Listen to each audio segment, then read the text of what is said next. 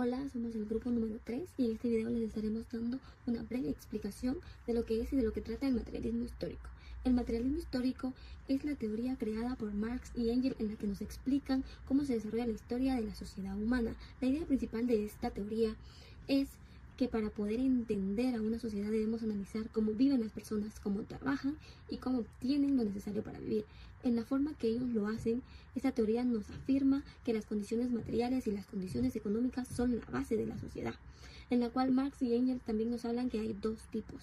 El primero es la base económica, en la cual nos habla del trabajo, la producción, las fábricas, la tierra, el dinero y también de las relaciones de los trabajadores y los dueños.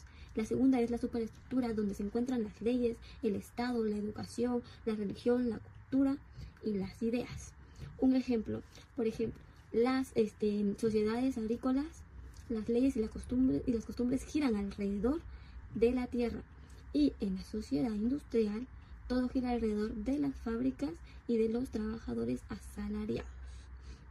Una de las frases que a mí me impactó mucho al leer esto es: no son las ideas las que cambian la historia, sino las condiciones materiales de la vida, según el materialismo histórico.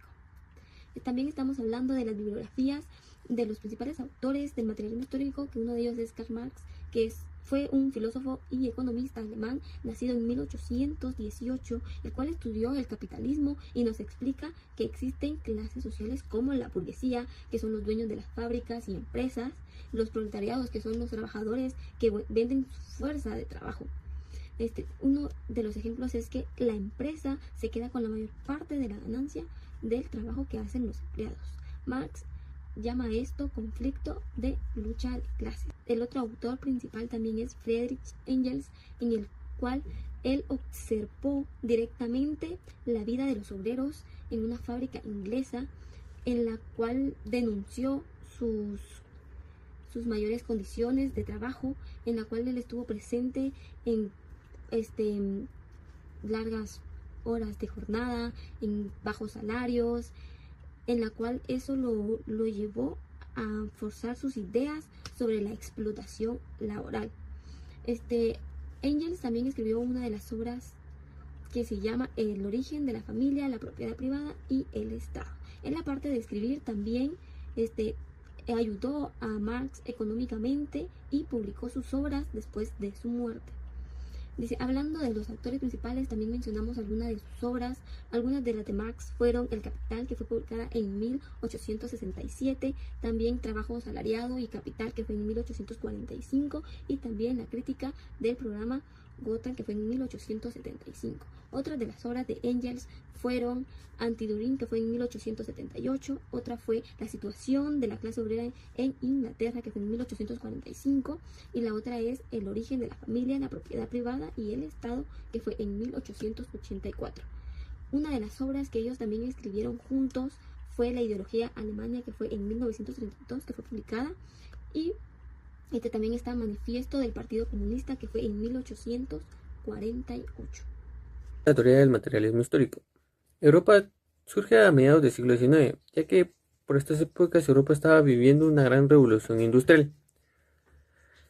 Esto se da a una nueva clase obrera, que es el proletariado, el proletariado, ya que este estaba teniendo un gran mayor impacto en la sociedad, estaba teniendo un rol más activo. Sus ideas o sus decisiones cambiaban el curso en que iba la sociedad. Frey, Engels y Karl Marx comenzaron a reflexionar sobre las fuerzas que impulsan la historia, ya que anteriormente a ellos el materialismo histórico solo era y se guiaba más por las ideas, no por lo material. No era una ciencia que podía aplicar sus propios principios a la sociedad. Ellos empezaron a tomar la sociedad como un conjunto, no como antes se pensaba. Antes el materialismo histórico premarxista pensaba que la sociedad era como un monolito que no se podía mover y que no podía tener grandes cambios. Pero Karl Marx y Friedrich Engels creían que la sociedad era un conjunto las principales inquietudes de los autores al escribir esta teoría. Una de las principales inquietudes era que ellos querían saber cómo es que las sociedades cambiaban de una organización a otra, como por ejemplo el esclavismo al feudalismo y el feudalismo al capitalismo, ya que ellos querían entender también la crisis que generaba el capitalismo, ya que esto enriquecía cada vez más a los ricos y a la clase obrera la hacía más pobre. Ellos también querían entender qué era lo que movía las, qué era lo que movía, cuál era el motivo por los que se llevaban a cabo estos grandes cambios. Se dieron cuenta que su conclusión fue que el motor social es la lucha entre las clases obreras, ya que se han dado cuenta que dentro de la historia siempre ha habido una lucha entre ellas, como por ejemplo como el esclavista contra el amo, y así se generan estos grandes acontecimientos sociales.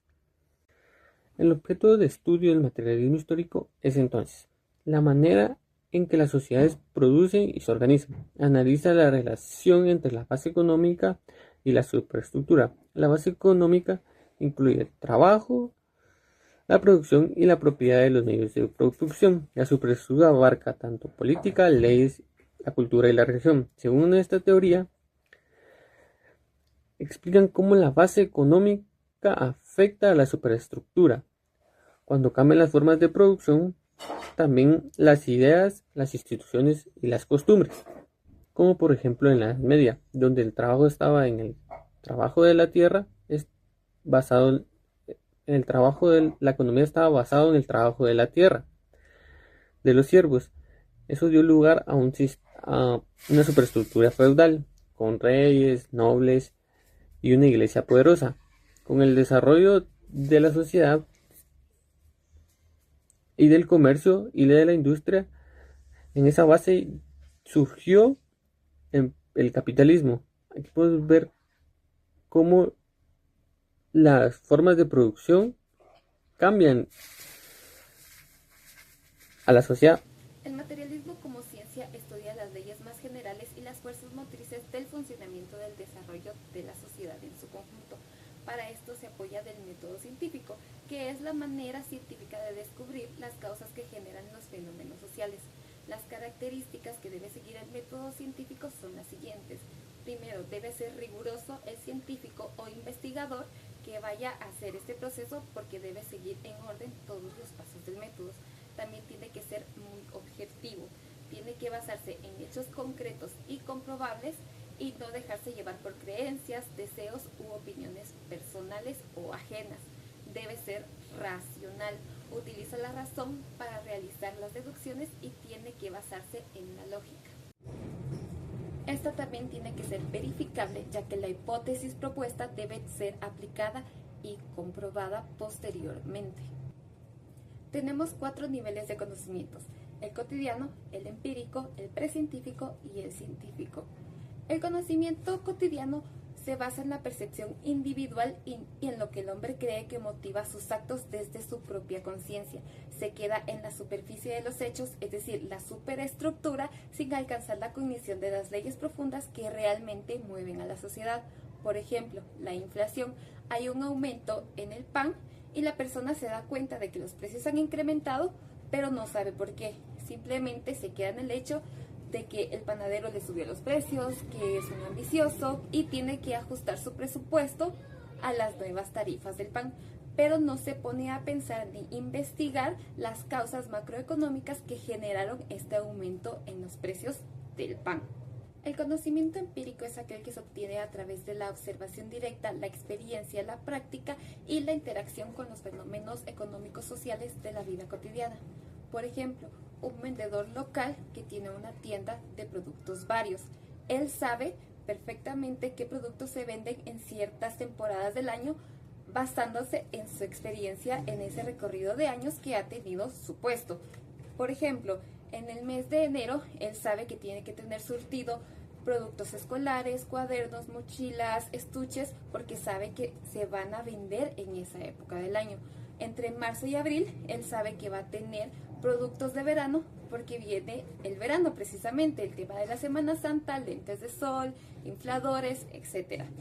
Por ejemplo, para el tema de noviembre o para el tema de octubre va a tener disfraces de Halloween, disfraces de fiestas porque es la temporada en que se venden esos productos. Y para fin de año, obviamente, él va a tener productos navideños porque es lo que se vende en esa temporada del año. El conocimiento precientífico funciona como una cámara fotográfica, registra lo que ve pero no explica lo que sucede. Se queda en el es como es, detallando las apariencias externas, pero sin profundizar las causas ocultas que producen este fenómeno. La persona se da cuenta de lo que sucede de forma repetitiva, pero no sabe el por qué. Un ejemplo, un hombre de hace siglos observa el ciclo de las plantas. Él nota que si siembra una semilla, cuando llueva, la planta va a salir, pero su conocimiento se limita a describir el hecho de que la semilla crece con agua. Hasta ahí. Por otro lado, el conocimiento científico presupone no solo la constancia y la descripción de los hechos, sino su explicación e interpretación del cómo y el porqué de estos sucesos o fenómenos. Vamos a usar los ejemplos que vimos anteriormente para poder explicar este tipo de conocimiento. Por ejemplo, el tema de la inflación. Nos dimos cuenta que la persona en el conocimiento cotidiano no sabía el por qué la alza de los precios, simplemente se quejó de que los precios subieron y acomodó su bolsillo a las nuevas tarifas. En este caso, un economista ya analiza las tasas de interés, los conflictos internacionales o nacionales que pueden estar afectando a este proceso y explica la ley económica que causa el efecto del alza de precios. Definición de ciencia. Es el conjunto de conocimientos ordenados, sistematizados y justamente en desarrollo que permite explicar la realidad objetiva de la sociedad, naturaleza y justamente del pensamiento a través de métodos cognitivos y pues justamente que se demuestran en la práctica social. Para entender este contexto, pues justamente imaginemos que la ciencia no es un libro lleno de datos, sino más bien es un proceso vivo que sucede en la sociedad. Ahora bien, cuando dice sistematizado y ordenado, pues no son ideas sueltas, sino más bien imaginemos que es una biblioteca, donde pues justamente todos sus libros están de una forma ordenada en sus estanterías para que nosotros podamos entender un todo. Ahora, cuando dice en desarrollo, es porque la ciencia no es una verdad absoluta, sino más bien, pues se mantiene evolucionando de acuerdo a las cosas nuevas que vamos entendiendo de la sociedad o de lo que va sucediendo en la sociedad. Así también métodos y praxis. Lo que son métodos y praxis son aquellos pasos lógicos que ayudan a demostrar en la práctica social. Y pues justamente las características de esta ciencia, de acuerdo al materialismo histórico, es una ciencia de teoría metodológica. Es decir, que justamente no estudia un pueblo o estudia un país o cierto pueblo, ese país sí o este pueblo no, pues justamente estudia la sociedad la sociedad humana en su totalidad. Y también así, lo que es una característica de lo que es de la ciencia social es de que justamente es todo lo contrario, que estudia cierto pueblo y justamente cierto país y pues en pocas palabras estudia el comportamiento humano y sociedad y pues es decir, su cultura, política y economía. Realidad objetiva. La realidad objetiva pues justamente es todo aquello que existe independientemente de mi voluntad, es decir, que estudia los hechos tal cual como son, independientemente de que me guste o no. Un ejemplo de ello es la estructura económica de un país. Se define que la estructura económica de un país se define de los medios de producción. Como tercer punto en este tema podemos hablar sobre la ley como punto de partida para explicar los fenómenos de la naturaleza, el pensamiento y la sociedad. En todos los casos, la ley busca dar sentido y explicar el orden detrás de estos fenómenos, demostrando que sin ella, estos parecieran caóticos. parecieran impredecibles e incontrolables. Entonces, ¿cómo podemos definir ley? Algunos críticos del materialismo histórico dicen que la ley es una relación que existe siempre y en todas partes. Por ejemplo, si la ley de la lucha contra las clases sociales no resuelve a esta, entonces no es una ley. Entonces podemos decir que la ley es la que busca la solución a los fenómenos ocurridos en la sociedad, naturaleza y pensamiento. Cada ley actúa conforme a determinados sean los fenómenos, y así serán sus resultados. Otro punto a recalcar en este tema es la ley natural, que esta es aquella que ocurre sí porque sí, que no crea, no modifica, ni puede eliminar o evitar el hombre, sino que dicho en otras palabras, son esas reglas que no dependen del hombre, sino que de los valores como la equidad, la dignidad y la conciencia. Entonces podemos decir que esta conciencia y la voluntad no depende del hombre, sino que al contrario, determina la voluntad y la conciencia del hombre. Otro punto a recalcar también es la ley científica. Juan Bautista Vico, pensador italiano, dijo que la historia de la sociedad se diferencia de la historia de la naturaleza, porque la primera la hacen los hombres y solo los hombres, en tanto que los fenómenos de la naturaleza se producen por sí mismos, ya vienen por historia.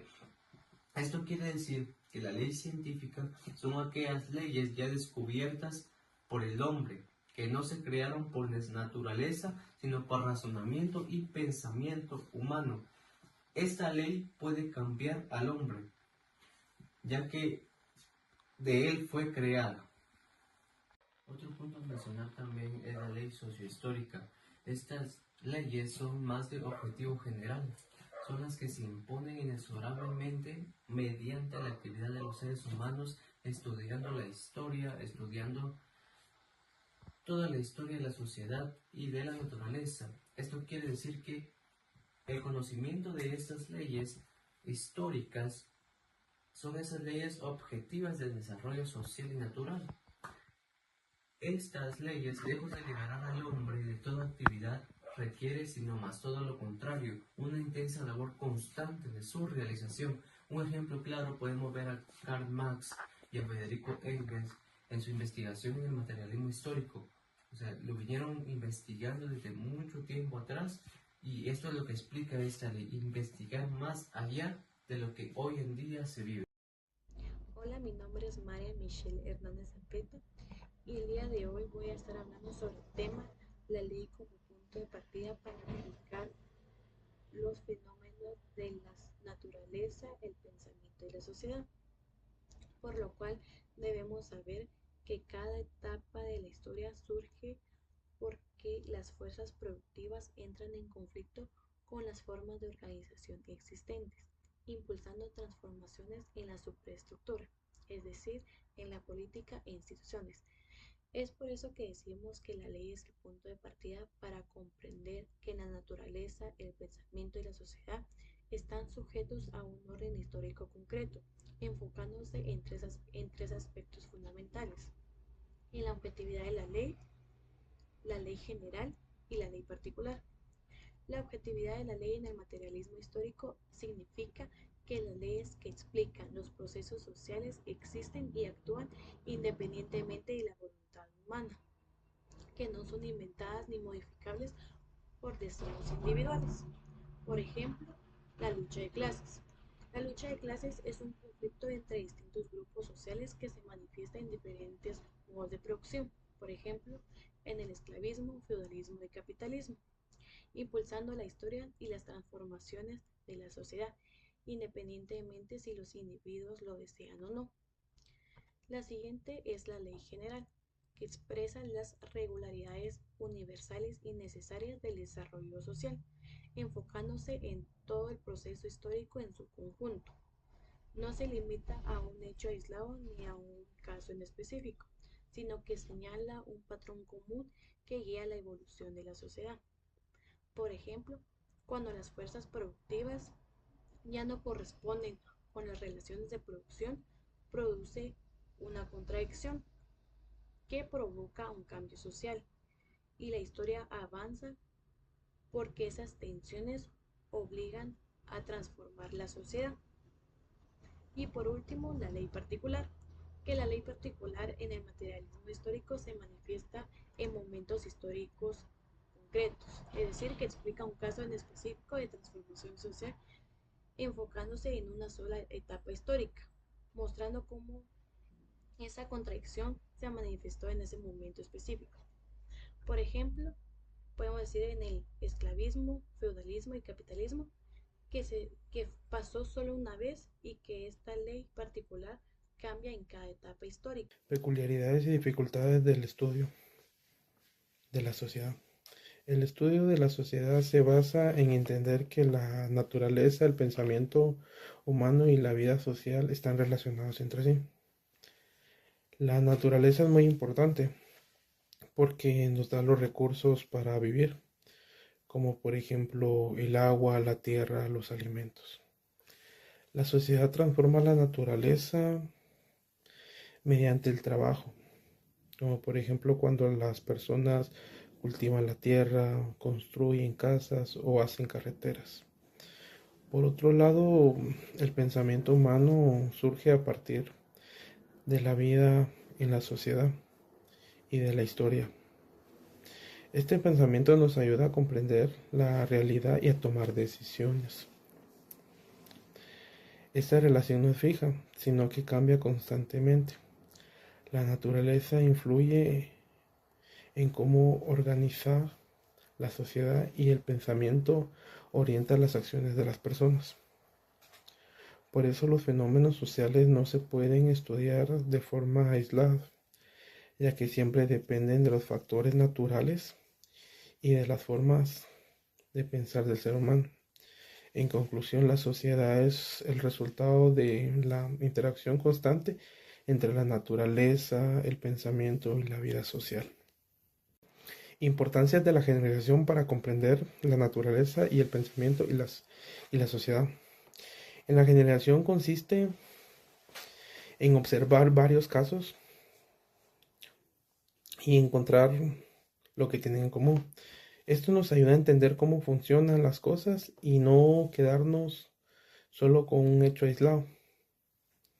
En las ciencias sociales la generación es importante porque la sociedad cambia y diversas, pero aún así existen patrones que se repiten. Gracias a la generalización podemos comprender mejor los procesos sociales de las tendencias y las relaciones entre las personas, evitando explicaciones superficiales. En conclusión, la generalización nos permite tener una visión más clara y completa de la realidad. Diferencias entre naturaleza y sociedad. La naturaleza existe independientemente de la voluntad humana y funciones según leyes propias, como la ley física o biológica, que actúan de Correlación entre lo objetivo y lo subjetivo. En el estudio de la sociedad, lo objetivo y lo subjetivo van estrechamente relacionados. Lo objetivo son todos aquellos hechos reales. Por ejemplo, las leyes, la economía o las condiciones de vida, que existen independientemente de lo que una persona piensa. Sin embargo, a diferencia de la naturaleza, en la sociedad, estos hechos no actúan por sí solos, sino que están ligados a la conciencia humana. Las personas interpretan la realidad con ideas, creencias y valores, y esas interpretaciones influyen en cómo actúan. Es por eso que la sociedad y los fenómenos sociales no se podrían explicar solo con los hechos materiales, sino también por la forma en la que las personas comprenden y organizan en su pensamiento este tipo de hechos. Correlación entre lo común y lo singular. La sociedad presenta fenómenos comunes que se repiten, como las normas sociales, la educación o las instituciones. Estos elementos nos permiten conocer la sociedad de manera más general.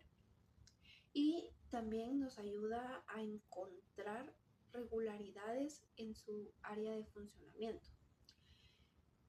Sin embargo, estas regularidades no siempre se expresan de la misma forma en todos los casos. Cada individuo vive esas condiciones comunes de manera singular, dependiendo de su historia personal y su contexto social. Es por eso que lo común y lo singular no se topan, es más bien se complementan. Comprender la sociedad implica analizar tanto lo general como las historias particulares de las personas. Correlación entre enfoque de clase, partidismo y verdad en las ciencias sociales. En las ciencias sociales, quien estudia una sociedad es parte de ella. Es por eso que su posición social y sus intereses influyen en la forma en la que esa persona interpreta la realidad. A esto se le llama enfoque de clase y partidismo. Características principales de la esfera de las ciencias históricas. Interpretan los procesos sociales como construcciones históricas. Analizan causas estructurales y consecuencias sociales. Utilizan fuentes primarias y secundarias para validar sus datos. Reconocen el papel de los conflictos sociales en el cambio histórico de la humanidad. Consideran el contexto material como un factor determinante para su construcción. Desde el materialismo histórico, la historia no se considera como una sucesión de hechos aislados, sino como el resultado de la lucha entre clases sociales con intereses contrapuestos e irremediables. Un ejemplo podría ser el estudio de la Revolución Industrial. Este permite comprender cómo la transformación de medios de producción dio origen al capitalismo moderno, modificando radicalmente las relaciones laborales y la estructura social. Las ciencias históricas aportan esta dimensión temporal necesaria para entender los problemas actuales como un producto de procesos prolongados a lo largo de la historia. Característica de la esfera de las ciencias concretas o particulares. Las ciencias concretas o particulares investigan áreas específicas para la realidad social. Cada una posee métodos propios y campos delimitados de estudio, pero todas contribuyen al conocimiento integral de la sociedad. Pero es importante saber que no estudia la sociedad como un todo, sino la estudia como aspectos específicos dentro de ella. Descentraliza la sociedad como un conjunto y desarrolla campos como fenómenos individuales que repercuten directamente en ella. Conlleva tan complejidad que no puede ser estudiada desde una sola disciplina o un solo nivel, haciendo que se hayan desarrollado áreas como economía, política, sociología, derecho, educación, entre muchas otras. Esta se enfoca en objetivos específicos, emplean metodologías diferentes e empíricas, producen datos cuantitativos y cualitativos, alimentan la construcción teórica y materialista de la historia, describen y explican procesos sociales concretos dentro de un contexto específico. Un ejemplo de esta puede ser la economía. Demuestra cómo la acumulación del capital genera desigualdad estructural y sistemática en la sociedad. O también puede ser la sociología, que revela cómo la estratificación social condiciona el acceso a la educación y empleo. Estas dos deben ser integradas en la disciplina de la teoría general, pero primero debemos entender que estas disciplinas proporcionan evidencia concreta que sustenta los análisis históricos y la formación de teóricas generales. Sabiendo esto, podemos explicar que la esfera de la teoría general representa el nivel más abstracto del conocimiento científico. Su función es integrar los aportes de las ciencias históricas y particulares para formular principios universales del desarrollo social. El materialismo histórico propone que la ciencia no solo es algo que ocurre en laboratorios, sino una praxis social cotidiana, a diferencia del idealismo que cree que las ideas cambian al mundo. Esta postura sostiene que lo que producimos materialmente es la base de nuestro pensamiento y de cómo se organiza la sociedad.